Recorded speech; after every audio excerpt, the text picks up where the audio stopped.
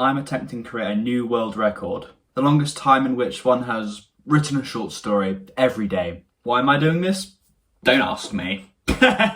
Anyway, hope you enjoyed today's instalment. 49. Rebirth. I was surrounded by an all-encompassing shadow. I could not see, hear, nor breathe. It was clammy, claustrophobic, and it didn't give me a moment's solace in the waking hours, nor when I slept. I constantly struggled for light, any at all. I desperately clawed for something beyond the darkness, so that I could see the world I had been thrust into. But no, I was forcibly suspended in the indiscernible darkness, and it would not let me go, no matter how much I wriggled or protested its grip. I wanted, and had been wanting, to be relieved of this monotonous, useless existence for as long as memory served me. My eyes yearned for something to fill them like crying kittens wail for food, and tears did poke at the inside of my face incessantly in response to that helpless, wimpish feeling. And such a feeling arose because the world around me was purely and utterly useless. Nothing changed, nothing shifted nor moved around, and nothing ripped apart the silence to give me a life worth living. For all my life within that cage, it had remained exactly, horrifically the same, and there had been no catalyst to change this. But one day or night, something did end up changing. Something ever so small, yet existentially large. From the point in my cage that lay directly above me, a pinprick of light slowly grew like a fruit ripening on a branch. And, so incredibly small as it was, it soon detached from that point on the ceiling. It ever so slowly descended towards me, falling at the pace of a feather. And as it fell, it glimmered spectacularly.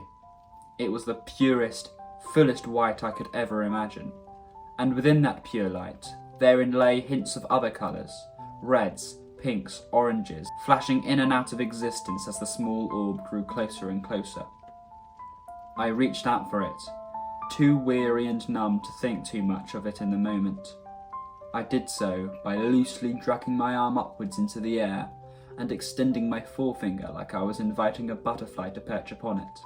And, like a butterfly, the orb of light did just that. And when it came into contact with my finger, the world exploded into a cacophony of light.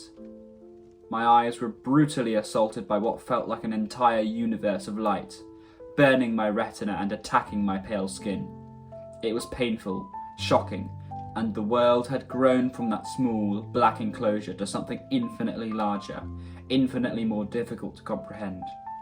Yet, as the seconds passed by me and fell away like sand between fingertips, my eyes adjusted, and I finally witnessed what was beyond the clammy darkness.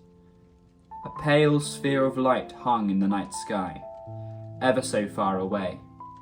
Upon its surface were small splotches of grey, immeasurably far away seas upon an alien planet.